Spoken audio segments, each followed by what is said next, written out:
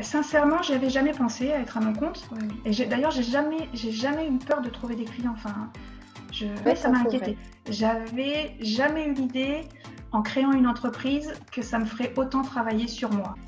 J'ai décroché mon premier client sur Instagram. J'apprécie énormément la liberté que me laisse la partie freelance. Si vous êtes rédacteur ou rédactrice et que vous avez envie de devenir freelance, je vous invite tout de suite à découvrir le témoignage de Cécile, qui est dans les Landes et qui est rédactrice en freelance. Elle va nous raconter son histoire, comment ça s'est passé pour elle, comment elle a trouvé ses premiers clients et quelles sont les erreurs, selon elle, qu'il faut éviter absolument. Je vous invite tout de suite à découvrir son témoignage. Bonjour Cécile, Bonjour. merci beaucoup de prendre un petit peu de temps pour échanger sur ton parcours de rédactrice freelance. Avec grand plaisir. Alors, j'avais envie de te poser quelques questions sur ton parcours et sur ton activité. Est-ce que tu pourrais, en quelques mots, pour les personnes qui nous regardent, te présenter et nous expliquer ce que tu fais dans la vie? Alors, donc, je suis Cécile, je suis rédactrice web et print.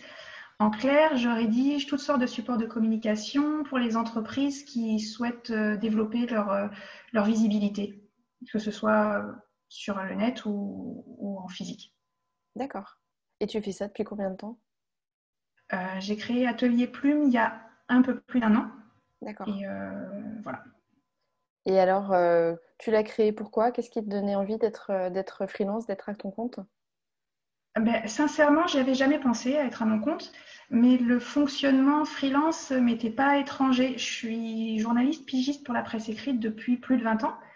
Et être journaliste pigiste, ça consiste à écrire des articles pour divers journaux qui font appel à moi sur des missions ponctuelles.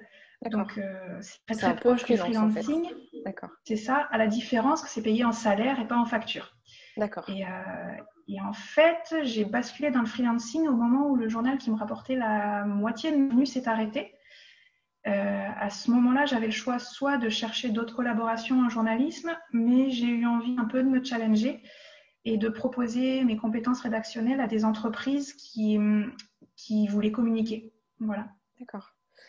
Et il y a Je quelque suis- chose qui te freinait là-dedans ou tu voyais que des avantages? Euh, non, non, je voyais pas que des avantages. Le truc qui me freinait, c'était vraiment la peur de l'inconnu. J'ai été salariée toute ma vie, enfin plus de 20 ans, quoi. Et le monde de l'entrepreneuriat, ça me paraissait un autre monde, en fait, que je ne connaissais pas du tout. Mais j'ai pas tergiversé très très longtemps parce que j'ai un enfant à nourrir et une maison à payer. Donc l'indépendance financière, c'est quelque chose qui est très, très, très important pour moi. Donc voilà, je me suis dit, faut y aller, quoi, il n'y a pas le choix. D'accord. Et alors, du coup, quand tu t'es dit, il faut y aller, c'est quoi la première chose que tu as fait? J'ai fait appel à une association qui s'appelle BGE Tech GCOP et qui accompagne les porteurs de projets pour la création d'entreprises. Avec eux, j'ai suivi un stage d'une semaine à la Ouais, création ou reprise d'entreprise et ça m'a permis de découvrir les différents statuts que je pouvais ok. choisir, de choisir celui qui s'adaptait le mieux à ma situation. Et ça m'a aussi fait pas mal dédramatiser sur toutes les questions fiscalité, comptabilité, tout ce qui est effrayant quand on ne connaît pas ce monde-là. Et ça m'a permis de partir beaucoup plus sereine. D'accord. Et du coup, c'est quoi le statut que tu as choisi? J'ai choisi micro-entrepreneur D'accord. parce que je conserve une partie de mon activité, mes piges en fait. Ouais, J'ai, tu j'ai continues toujours d'en des. faire. Je continue d'en faire, donc ils sont salariés. Et le micro-entrepreneur, ça me permettait de.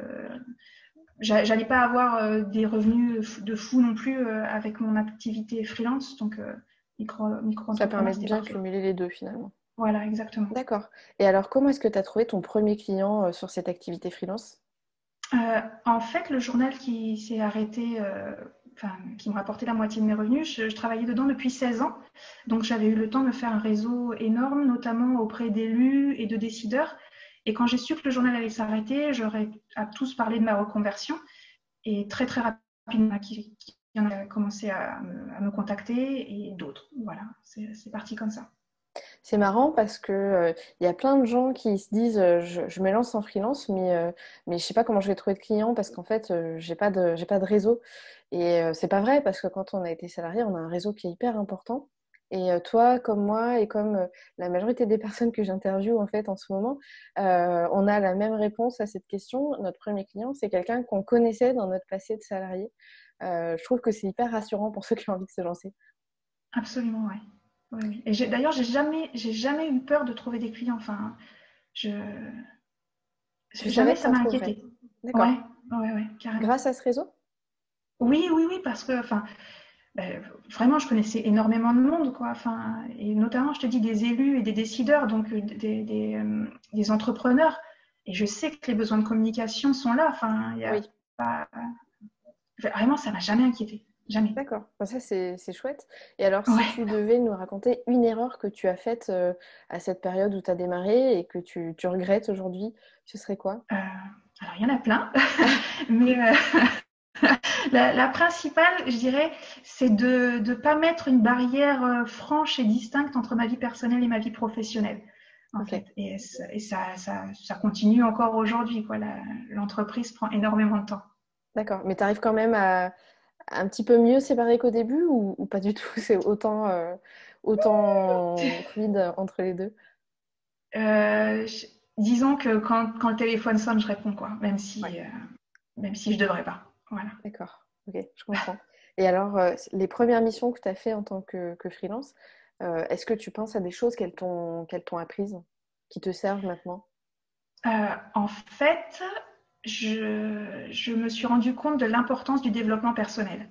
J'avais jamais eu l'idée, en créant une entreprise, que ça me ferait autant travailler sur moi.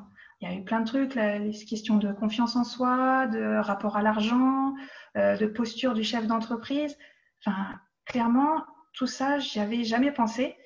Mais c'est très bien, ça m'a fait beaucoup grandir en fait. Même pour la vie personnelle, c'est très très bien. Voilà, Ouais, j'ai un peu ce sentiment aussi que finalement, ce qu'on vend, c'est un peu nous et on doit améliorer ce produit un peu continuellement. c'est ça. Puis ça nous pousse aussi dans plein de situations. J'ai aussi ce ressenti par rapport à l'argent, moi, qui était un sujet qui me mettait extrêmement mal à l'aise depuis toujours, en fait. Et bon, bah voilà, en 5 ans de freelancing, j'ai quand même été obligée un certain nombre de fois de me forcer à en parler et ça devient quand même un peu plus naturel. C'est vrai. Je te rejoins un peu là-dessus. Et qu'est-ce qui fait, selon toi, que ton activité marche bien aujourd'hui? Là, ça fait un peu plus d'un an, du coup, que tu es lancée. Euh, L'un des principaux facteurs de ton succès, ce serait quoi? Je pense que j'ai su m'entourer des bonnes personnes et de ne pas avoir eu peur de demander de l'aide en fait.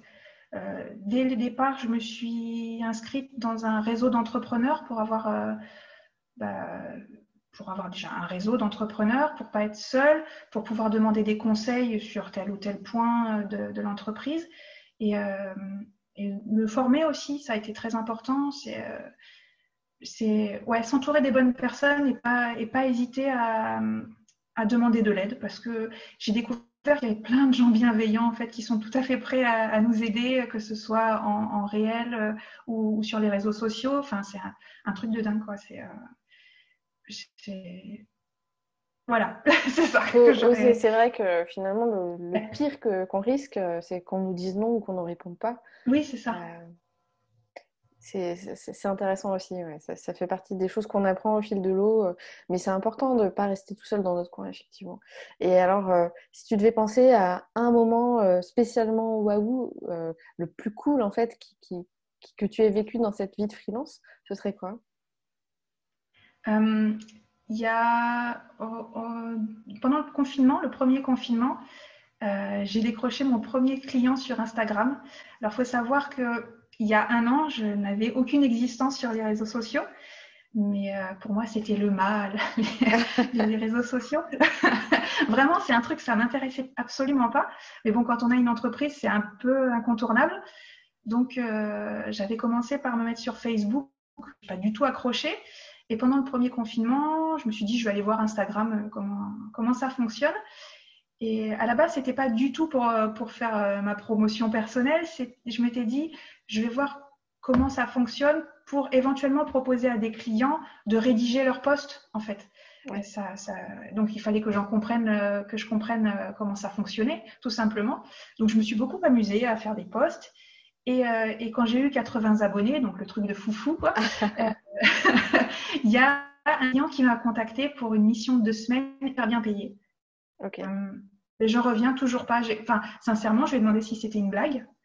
Le mec avait 16 000 abonnés, donc je me suis dit, mais il m'a trouvé comment, quoi? Enfin, c'est pas possible. Et si, ça s'est fait. Ça a été une mission très bien payée, rubis sur l'ongle. Mais voilà. Et depuis Instagram, donc je me suis dit, ah, mais il y a un potentiel en fait. Et c'est devenu un canal d'acquisition assez important. J'ai des clients tous les mois grâce à Instagram. Donc ça vaut le coup quand même de tester des choses qu'on ne connaît pas, de se former un Carrément. peu, ça peut payer quoi.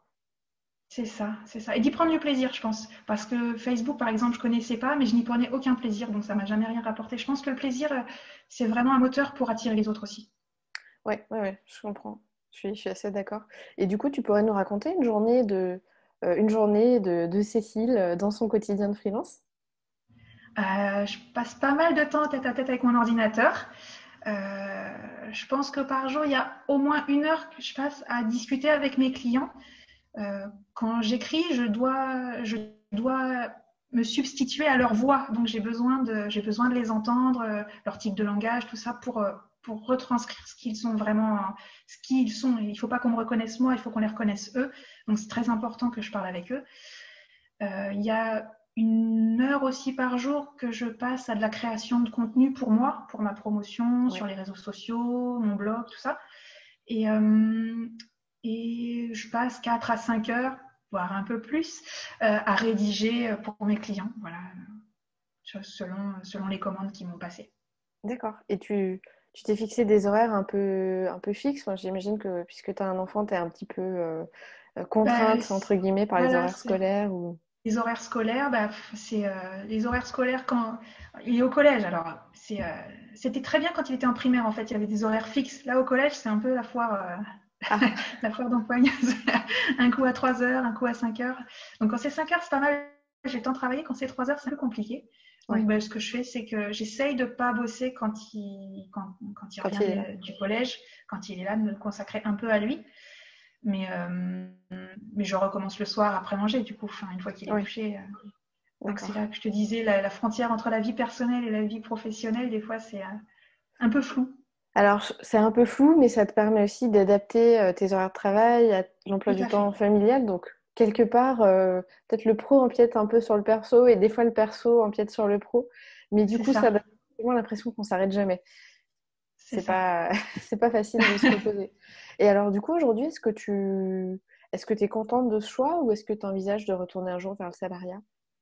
Alors, j'ai toujours une partie d'activité salariée, donc les Ouais, piges qui sont payées en salaire, même si le fonctionnement, c'est clairement un fonctionnement freelancing. Mais par contre, j'apprécie énormément la liberté que me laisse la partie freelance de choisir mes clients, de choisir les missions. Et d'ailleurs, on m'a proposé un CDI récemment que j'ai allègrement décliné. C'était hors de question. c'est génial de Je... pouvoir se le permettre quand ça nous C'est ça, appelle pas, en fait. c'est ça. Voilà. D'accord. Et Bon, bah, c'est chouette. Et qu'est-ce qu'on pourrait te souhaiter pour la suite? de toujours prendre du plaisir à ce que je fais. Voilà, c'est un bonheur. Voilà. Bah, écoute, tant mieux. Et bah, je te remercie pour ton témoignage. J'espère que ça aidera à faire naître des vocations ou à aider à se lancer des personnes qui auraient envie mais qui hésitent un petit peu. Merci à toi de m'avoir contacté. Avec plaisir. Alors, je sais pas vous, mais moi j'ai trouvé le témoignage de Cécile hyper inspirant, très authentique, très honnête aussi. Il y a beaucoup d'avantages à être en freelance et il y a aussi quelques inconvénients. Ce que je retiens de plus important, c'est le plaisir à travailler, à choisir sur quel projet on travaille et avec qui. Et ça, c'est vraiment hyper important. Et moi aussi, c'est une des choses que je préfère dans ma vie de freelance. Alors, si ça vous a donné encore plus envie de venir freelance, moi je peux vous aider de plusieurs façons. Déjà sur cette chaîne YouTube vous allez découvrir plein d'autres vidéos que je vous invite à consulter. J'ai aussi une boîte à outils sur laquelle vous allez découvrir plusieurs documents que vous pouvez télécharger gratuitement et qui vont vous aider dans le démarrage de votre activité.